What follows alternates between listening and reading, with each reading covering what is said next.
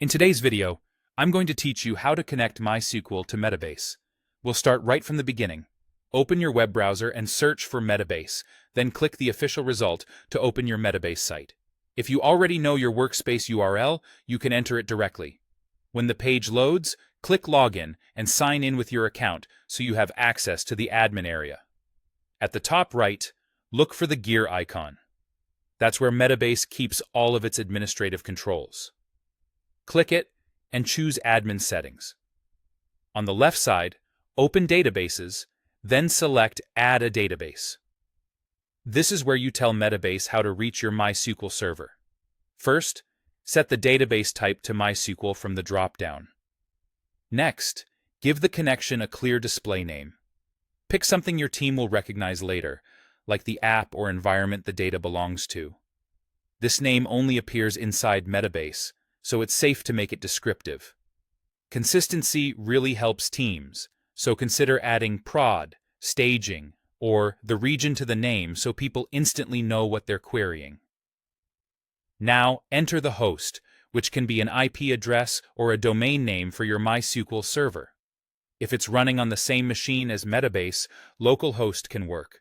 Otherwise, use the remote endpoint provided by your hosting service. Make sure the Metabase server can reach that host on the network.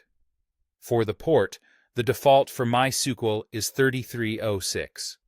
Leave it as is unless your database uses a custom port.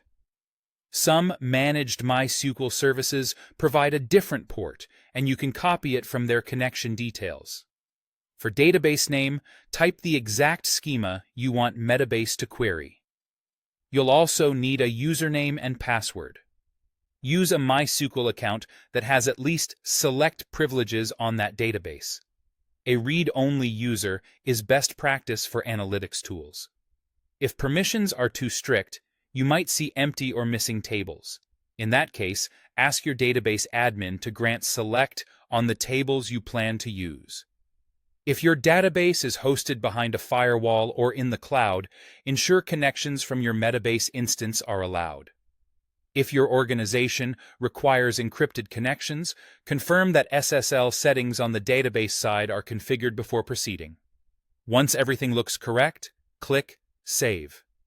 Metabase will attempt to connect, and on success, will begin scanning tables and columns so they're available for questions and dashboards.